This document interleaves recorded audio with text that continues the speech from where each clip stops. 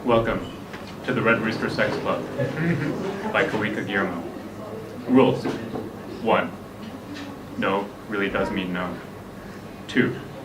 Stay at least 3 feet away from others' play activity, unless you are asked by them to join. 3. Single males engaged in solitary play activity must utilize a towel. 4. Please respect the space and deposit trash in appropriate containers. Kira looked up at her sister. Summer, she whispered. Is this place what I think it is? Summer was terrifyingly silent. She lifted up Kira's green bracelet to a mustachioed man in a Victorian costume. The large red door creaked open like a coffin, letting escape an amalgam of unclean smells. A bedroom after sex, a languid aura of lotion, genital fluids, body, skin, rubber. The big bedroom. A mass of bodies jostled on a gigantic cushion wrapped in black leather. A bed fit for rapid sanitation. There was barely space to stand. The bed took up the room.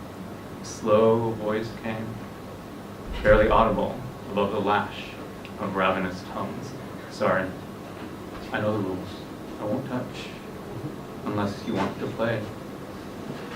A half undone collared shirt, clean shaven chest. Kira felt the urge to retreat, realizing that her lungs wouldn't let her breathe in that haze of smells too thick to inhale, too crossbred, like her, to be named. Freebies, Summer exclaimed, slipping raspberry condoms from a plastic dispenser. Around the room, 3 more were nailed against the wall, like soap dispensers at a hospital. Time seemed to slow down as a man's arms appeared behind Summer. In rapid breathing, Kira found a gold knob. Summer's leg propped up on one side of the bed, the older man behind her, squeezing her hips. Childish amazement, Summer bent. The man unzipped. Condom on. A momentary issue of panty elasticity, it fit in. Kira felt faint. Her sister's unmistakable scent squirming through her lungs in startled gasps. The unisex bathroom.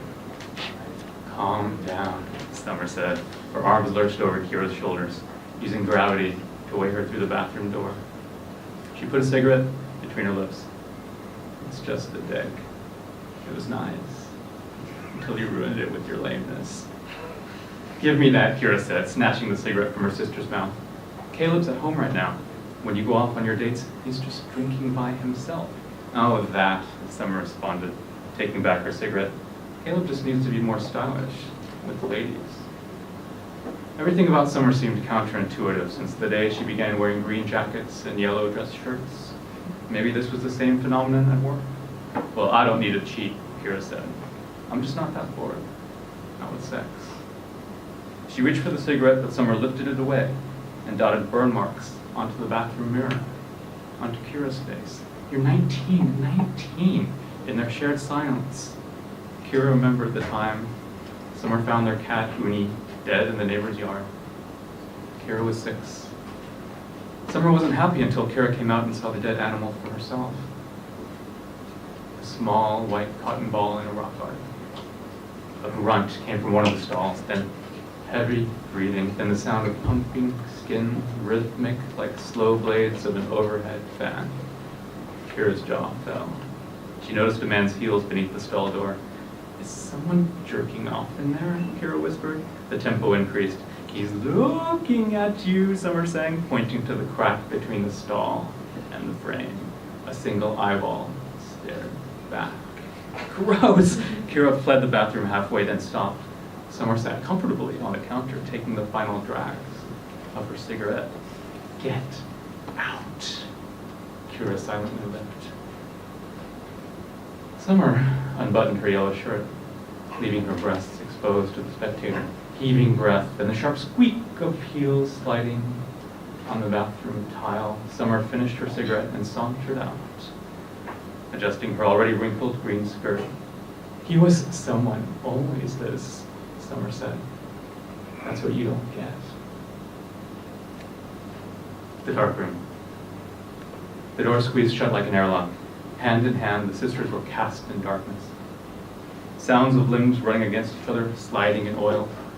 An ecstatic groan tossed over the room like a seed, growing an image of what could have been there in that darkness. Orgiastic beings, perhaps, lost in their own grips, mutated onto each other. Their moans, the only true universal language. Kira felt her knees touch cold cushioned leather. A scream clogged her throat. She rasped, stalling the scream. Her arms held warm skin. Someone grasped her just below the chest. Squeezing that scream out, it slipped from her lips and expelled in a loud shriek. A beam of yellow light sliced through the darkness. Kira felt her body come alive, her skirt dangling at her knees. "Hey, you!" Summer's voice. The light moved onto her body, then her neckline, then bathed her light in Baroque radiance. "If you're on the bed, you participate," said the light. "Look, man." Oh, groaned the darkness. Another beam of light blazed onto Summer's yellow shirt. "Hey, leave the chicks alone. It's a free country," the new light said. "Put away the flashlight immediately or I'll have to escort you out." "Didn't you read the rules?" said the darkness. "No means no." The two lights drew toward each other. They jerked sporadically, exposing the room in sudden flashes. Then a harsh yop. Then silence. Then the moans resumed. In the darkness, as if nothing had happened. Time paused. Back in the dark, a lightness, a tingling levitation. No touch but gestation. Host to some, parasitic to others. Gentle touch that was not touch. Skin without biography. Sound without words. Kira, not yet. The words clogged, sunk down. Not yet. The words would return, pulsing from her whenever she was with him, her lover, her soulmate. Not yet. They would remain. Bored. The light's still on.